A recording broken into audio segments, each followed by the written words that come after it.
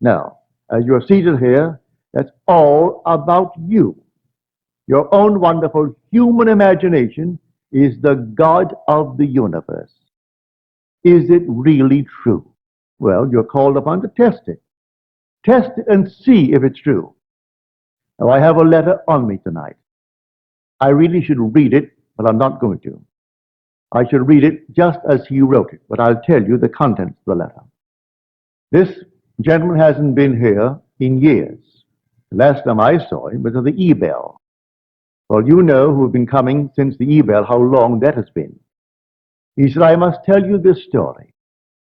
It may not make sense, but I must tell it. For it's the first time that I have ever used my training according to the things that I have heard you say. I am a psychologist, and I have wasted years trying to talk people out of their mental problems when I could easily have imagined them whole and happy. Now, here is the story. He said, a friend of mine, this lady, claimed that she was in many ways abnormal. She and her husband adopted a little baby girl, and something very strange went wrong with the child. The child was 4 years old and still could not speak, and the few words it muttered, it garbled so that it is simply not intelligible. But in the 4 years talking to her, there was progress. Then one day she said to me, I do not feel any longer that I am abnormal. So now I say to myself, I am not abnormal. He tried to explain to her that that's not quite the approach. And then he broke the thought and he told me this story. That, for instance, in my own case, I find a home that I want. I begin to imagine that I'm living in that home. And then doubt sets in. With the result that that doubt materializes into a person. And that person has more money than I have, and he buys the home, leaving me out in the cold.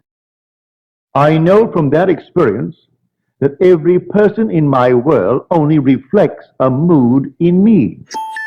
Everyone that I meet, whether I know them or a stranger who buys the home that I wanted. When the doubt set in, the doubt materialized into a person. I didn't know him, but he only reflects that mood of doubt in me. So he has more money and he buys the home, and I am out in the cold. So I reconstructed a sentence for this lady. And I said, no longer must you say, I am not abnormal. You must now begin to say, I am perfectly normal. She said, I do not feel that. He said, I do not care whether you feel it or not. You must begin to persuade yourself that you are perfectly normal by repeating within yourself, I am perfectly normal. The day she began it, the child went into a coma. So profound was the sleep that it was difficult to rouse her. She could not be awakened. She asked me to examine the child. I said, no, take her to a medical clinic and have them examine the child.